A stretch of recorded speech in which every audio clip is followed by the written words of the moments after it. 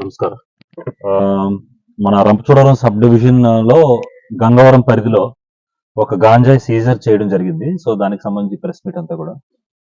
So నిన్న 23వ తారీఖు నిన్న మనకి నెమల్చెట్టు సెంటర్ దగ్గర మనకి ఆల్రెడీ వచ్చిన ఇన్ఫర్మేషన్ మేరకు గంజాయి వస్తుందనే ఇన్ఫర్మేషన్ మేరకు మనం వెహికల్ చెకింగ్ కూడా పెట్టుకోవడం జరిగింది. సో వెహికల్ చెకింగ్ దగ్గర గాంజాయి లోడ్ ఒకటి ఇక్కడ మనకు కనిపిస్తుంది కదా, ఇది బడా దోస్త్ వెహికల్ అంటారు ఇది.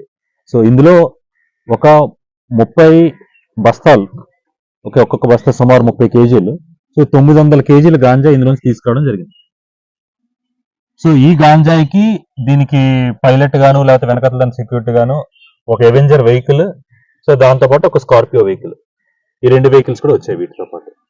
సో ఇందులో ఉండే 30 బస్తాలు ఏవైతే గాంజా వెహికల్ ఉందో, అంటే 900 కేజీలు గాంజా వెహికల్ ఏదైతుందో అది సుమారు, అంటే తక్కువ వేసుకున్న ఒక 45 లక్షల రూపాయలు విలువ చేసే గాంజా మాత్రమే, వెహికల్స్ కాకుండా గాంజా మాత్రమే 45 లక్షలు విలువ చేసే గాంజా.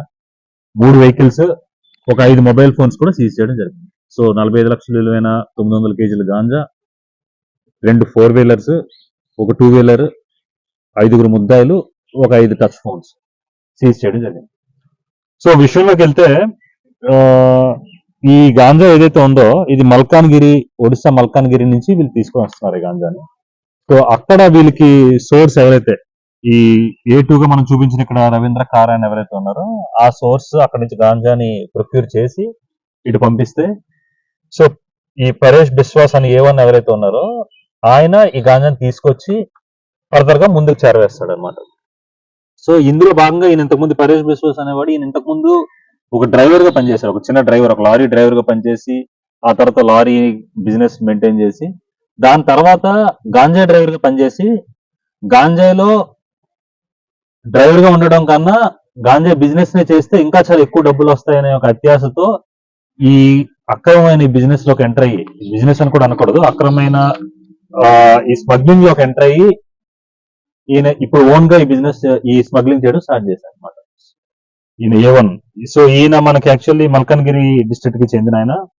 సో దాంతో పాటు ఇంకొక 4 కూడా మన దగ్గర ఉన్నారు. రవీంద్ర కార్ అనే బ్యాక్వర్డ్ ఇంకొక ఆయన ఉన్నారు. సో ఈ ముర్లా లక్ష్మణరావు అనే ఆయన ఒక డ్రైవర్, గాంజా ఈ వెహికల్ ఎవరైతే ఉన్నారో డ్రైవర్ కూడా ఉన్నారు. సో దాంతో పాటు ఇక్కడ నక్కా శివప్రసాద్ అని చెప్పేసి గోపురం చెందిన ఆయన, ఈయన ఈ ఫైనాన్సెస్ చూసుకుంటాడు, అంటే గాంజా వెహికల్ నుంచి వచ్చే ఈ డబ్బు ఇటు నుంచి అటు చేరవేసేలా ఉండే ఫైనాన్సెస్ చూసుకుంటాడు. సో ఇందులో మొత్తం ఇంకా వీళ్ళందరూ కలిపి 5. ఈ 5 కాకుండా ఇంకొక 2 ముద్దాలు కూడా ఉన్నారు, వాళ్ళని కూడా మేము త్వరలోనే పట్టుకుంటాం. సో ఈ గాంజా అనేది ఈ రూట్ ఏదైతే ఉందో మన దగ్గర ప్రధానంగా గాంజాయి సాగు అయినప్పటికీ లేనప్పటికీ కూడా మన దగ్గర గాంజాని రూట్ గా వాడుకోవడం చేస్తున్నారు. సో అందులో భాగంగానే మనం గత 2-3 నెలల్లోనే ఒకసారి సుమారు 1150 కేజీలు గాంజాని మనం పట్టుకోవడం చేస్తాం రంపచోడవరంలో. కొన్ని రోజుల క్రితం మనం ఒక ఎర్టిగా వెహికల్ కి సంబంధించి 200 కేజీలు గాంజాని పట్టుకున్నాం. ఒక కమర్షియల్ క్వాంటిటీలో మారేడుమిల్లో పట్టుకున్నాం. ఇప్పుడు మళ్ళీ 800 కేజీలు పట్టుకున్నాం. సో దాని అర్థం ఏంటంటే ఇప్పుడు ప్రెసెంట్ ఉందో ఈ పోలీస్ వ్యవస్థ ఏదైతుందో గాంజాని అరికట్టడంలో, ఆ గాంజాని నివారించడంలో, గాంజాని ట్రాన్సిట్ అంటే ఈ మధ్యలో జరుగుతున్న ట్రాన్స్పోర్ట్ ని నివారించడంలో 100కు 100% కట్టుబడి ఉంది కాబట్టి ఈ సీజర్స్ అన్ని కూడా జరుగుతున్నాయి. సో ఇక్కడ మనం రెగ్యులర్ గా మన సీనియర్ ఆఫీసర్స్ యొక్క ఆదేశాల మేరకు, మన రేంజ్ డిఐజీ గారి ఆదేశాల మేరకు, మన ASR జిల్లా SP గారి ఆదేశాల మేరకు మనం రెగ్యులర్ గా వెహికల్ చెకింగ్ పెడుతున్నాం. చాలా చోట్ల వెహికల్ చెకింగ్ పెడుతున్నాం. వెహికల్ చెకింగ్ తర్వాత డైనమిక్ వెహికల్ చెకింగ్ కూడా పెడుతున్నాం. అంటే ఒకే చోట వెహికల్ చెకింగ్ పెట్టకుండా మల్టిపుల్ ప్లేసెస్ లో, అంటే సడన్ గా ఒక వెహికల్ చెకింగ్ పెట్టడం ఇట్లాంటివి కూడా చేస్తున్నాం. సో దీంతో పాటు ఫైనాన్షియల్ ఇన్వెస్టిగేషన్, అంటే గాంజాకి సంబంధించి గాంజా కేసులో ఉన్నవారు ఈ గాంజా స్మగ్లింగ్ ని యూజ్ చేసి, గాంజా ట్రాన్స్పోర్టేషన్ యూజ్ చేసి ఏవైతే ఆస్తులు సంపాదించారో ఆస్తులను కూడా సీజర్ చేయడం జరిగింది. రేంజ్ డిఐజీ గారు ఇచ్చిన ఇన్ఫర్మేషన్ ప్రకారం మనం సుమారు ఈ రేంజ్ లోనే గత కొద్ది కాలంలో ఒక 10 కోట్ల రూపాయలకు పైగా ప్రాపర్టీని మనం సీజ్ చేయడం జరిగింది.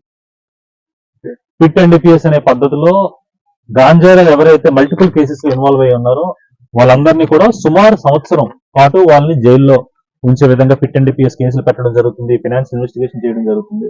సో ఈ గాంజాయి ముద్దాయిలు గాంజా పట్టుకోవడం కూడా జరుగుతుంది. సో గాంజాయి నివారణకి కేవలం గాంజాని పట్టుకోవడంతో పాటు గాంజా ఉండే ఫార్వర్డింగ్, అంటే గాంజా ఎక్కడి వరకు వెళ్తుందో ఆ బిజినెస్ ని, గాంజా ఎక్కడి నుంచి వస్తుందో అక్కడ ఉండే బిజినెస్ ని ఇదంతా కూడా సమూలంగా పెకిలించి వేసినప్పుడే మనకి గాంజా తగ్గుతుంది. సో ఇందులో భాగంగా మనకి ఇక్కడ కనిపించింది ఓన్లీ సీజర్ అవి ఉండొచ్చు, కానీ దీనికి ముందు దీని తర్వాత కూడా ఇంకా చాలా చర్యలు మేము చేస్తున్నాం.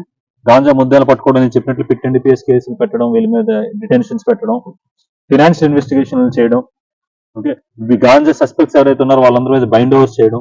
సో దీంతో పాటు ఇదంతా గాంజా సప్లై నుంచి, గాంజా డిమాండ్ అంటే ప్రజల నుంచో లేకపోతే యువత నుంచి ఏదైతే గాంజా డిమాండ్ లేకపోతే ఏదైతే ఉంటుందో దానికి అరికట్టడం కోసం మనం సంకల్పం అనే ప్రోగ్రామ్ తో డిఫరెంట్ స్కూల్స్ అండ్ కాలేజెస్ లోకి వెళ్ళి గాంజా వల్ల వచ్చే నష్టాలు ఏంటి, గాంజాని తీసుకోవడం, గాంజా అనే కాదు ఎటువంటి NDPS పదార్థం, ఎటువంటి మత్తు పదార్థం ఏది తీసుకోవడం వచ్చే నష్టం ఏంటి, దానివల్ల మనకి అకాడమిక్ గా వచ్చే నష్టం ఏంటి, సామాజికంగా ఆర్థికంగా వచ్చే నష్టం ఏంటి అన్నది ఒక సంకల్పం అనే ప్రోగ్రామ్ పెట్టి ప్రజల్లో చైతన్యం కూడా తీసుకురావడానికి కూడా మనం ప్రయత్నించి సంకల్పం అనే ప్రోగ్రామ్ లో చాలా మనం డిగ్రీ కాలేజీల్లోని, ఇంటర్మీడియట్ కాలేజీలోని, ఇంజనీరింగ్ కాలేజీలో ఈ ప్రోగ్రామ్ కూడా చేపట్టడం జరిగింది.